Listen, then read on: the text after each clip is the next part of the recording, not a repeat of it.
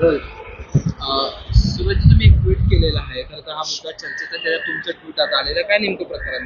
काल परभणीमध्ये झालेल्या सभेमध्ये आमदार सुरेश धस साहेबांनी ज्या पद्धतीनं अजितदादावर विनाकारण टीका केली, त्यामुळे मी ते ट्विट केलेलं आहे. कारण सुरेश धस साहेब म्हणतात, अजितदादांना जे प्रश्न विचारले, क्या हुआ तेरा वादा. अजितदादांनी काय सांगितलं होतं की चौकशीमध्ये जे कोणी दोषी आढळतील, त्यात राष्ट्रवादी काँग्रेस पक्षाचे नेते असू द्या, कार्यकर्ते असू द्या, त्यांच्यावरती कारवाई करणार म्हणजे करणार. आणि मला विश्वास आहे की दादा जर कोणी त्याच्यामध्ये दोषी आढळला तर त्याच्यावर कारवाई करायला कुठलीही गय करणार नाहीत, हा विश्वास मला अजितदादावरती आहे. परंतु सुरेशांना जाणीवपूर्वक महायुतीमध्ये मिठाचा खडा टाकण्याचं काम करतायत. राष्ट्रवादी काँग्रेस पक्षाची पहिल्या दिवसापासून भूमिका राहिलेली आहे, स्वर्गीय संतोष देशमुखाच्या हत्येमध्ये जे कोणी दोषी आहेत त्यांच्यावरती कठोरातली कठोर कारवाई व्हावी, त्यांना जास्तीत जास्त जी शिक्षा होईल ते होण्यासाठी आम्ही सर्वजण प्रयत्न त्या ठिकाणी करणार आहोत. परंतु सुरेशांना धस राजकारणाच्या पोटी म्हणजे संतोष देशमुख यांच्या हत्येचं राजकारण करतायत आणि कुठंतरी आपल्याच मित्रांना अडचणीत आणण्याचं काम ते करतायत. म्हणून मी देवेंद्र फडणवीस साहेब यांना विनंती केली होती की त्यांनी तात्काळ यांना आवर घालावा, अन्यथा महायुतीमध्ये मिठाचा खडा टाकण्याचं काम ते करतायत. म्हणून महाराष्ट्राच्या मुख्यमंत्र्याला आणि गृहमंत्र्याला माझी परत एकदा विनंती आहे की सुरेश धस साहेबांना आवर घालावा. महत्वाचं एक स्टेटमेंट आहे त्याच्यात तुम्ही म्हटलं तुमचं गृह खाते किंवा गृहमंत्र्यांवर विश्वास नाही का असा प्रश्न तुम्ही सुरेश धस यांना विचारलेला. खरं तर याच प्रश्नावर वादंग लावलेला आहे. माझा सुरेशांना धस यांना प्रश्न आहे की अजितदादा काय बोलले होते की चौकशीमध्ये जो कोणी दोषी आढळेल त्याच्यावर कारवाई करणार म्हणजे करणार. मग चौकशी चालू असताना सुरेश अण्णांनी अजितदादांना का प्रश्न विचारावा, का हुआ तेरा वादा म्हणून?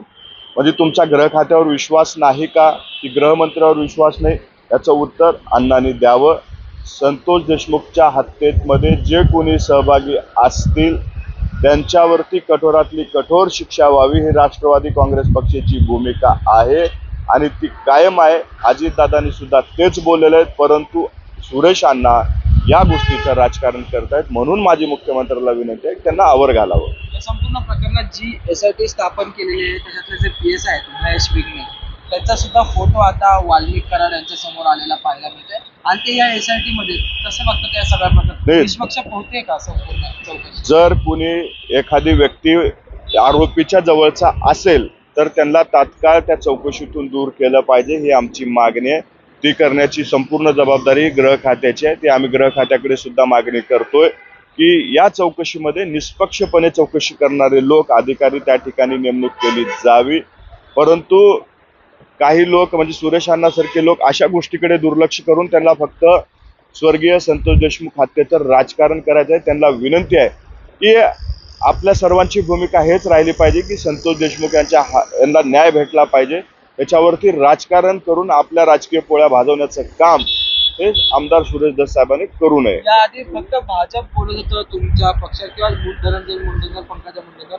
आता शिवसेनाही त्याच्यात उतरलेली आहे. गजानन कीर्तिकरांनी म्हटलंय की धनंजय मुंडे आणि पंकजा मुंडेंचा राजीनामा घ्यायला पाहिजे. याच्यावरती ज्येष्ठ नेते जर त्याच्या चौकशीत दोषी आढळले तर त्यांचा राजीनामा हे तिन्ही पक्षाचे महायुतीचे नेते बसून ठरवतील आणि ते घेतील सुद्धा जर दोषी आढळले तर. परंतु कोण सांगतंय, कोणाच्या फायद्यासाठी सांगतंय, त्यामुळे राजीनामा घेणार नाहीत. चौकशीमध्ये पोलिसाचा अहवाल जे काही सांगेल त्याच्यावरती कारवाई केली जाईल आणि त्याच्यात जर दोषी असेल तर त्याला सुट्टी अजितदादा देणार नाहीत, हा आम्हाला पूर्ण विश्वास आहे.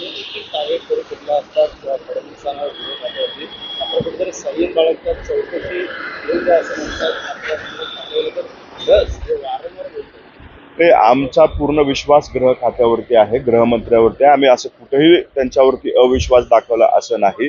परंतु सुरेश अण्णा धस ज्यावेळेस आमच्या नेत्यावर प्रश्नचिन्ह उपस्थित करू शकतात त्यावेळेस मला फक्त त्यांना जाणीव करून द्यायचं होतं की आम्ही सुद्धा असे प्रश्नचिन्ह तुमच्या नेत्यावर उपस्थित करू शकतो. म्हणून तशा पद्धतीचं ट्विट मी टाकलेलं आहे.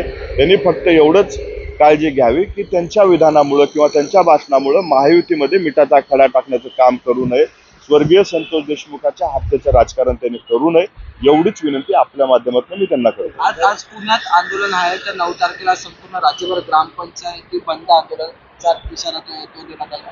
कसं बघतात या घटनेकडे? नंतर पुण्याचं देखील 9 ते 9 एक आरोपी देखील त्या पुण्यामध्ये सापडले होते. लोकभावना आता महाराष्ट्रामध्ये खूप तीव्र आहेत.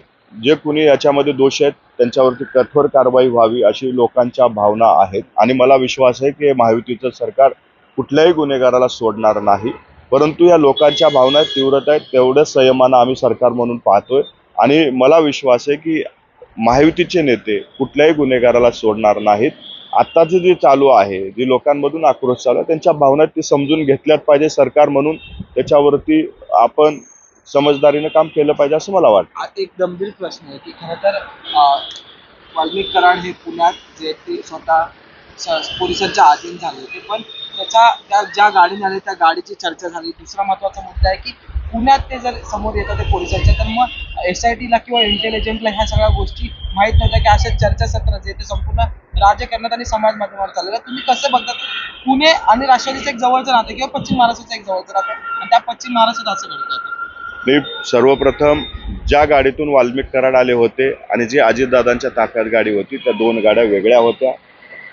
बजरंग अप्पा सोनवणेंनी जाणीवपूर्वक एक अजितदादाची प्रतिमा मलिन करण्यासाठी कदाचित त्यांना नंबर प्लेटमधला ते उच्च शिक्षित असल्यामुळं फरक कळाला नसेल म्हणून तशा पद्धतीचं विधान त्यांनी केलं होतं. आणि आरोपी पुण्यात सापडले, ते पुण्यातच का सापडले किंवा पुण्यात काय करत होते ह्याचा पूर्ण माहिती हे तिथले चौकशीचे अधिकारी देतील. ते काय कुठे कुठे होते, कुठं कुठं फिरले ह्याचा पूर्ण जी काही त्याची माहिती आहे ते चौकशी अधिकारी देतील. त्याबद्दल आम्ही अधिकृतपणे माहिती सांगू शकत नाही कारण ती गोपनीय भाग आहे आणि त्याच्याबद्दल पोलीस आपल्याला माहिती देतील. परंतु पुण्याचं आणि ज्या आरोपीचा काही संबंध आहे का, तर राष्ट्रवादी काँग्रेस पक्ष आणि आरोपीचा काही दुरान्वय संबंध नाही.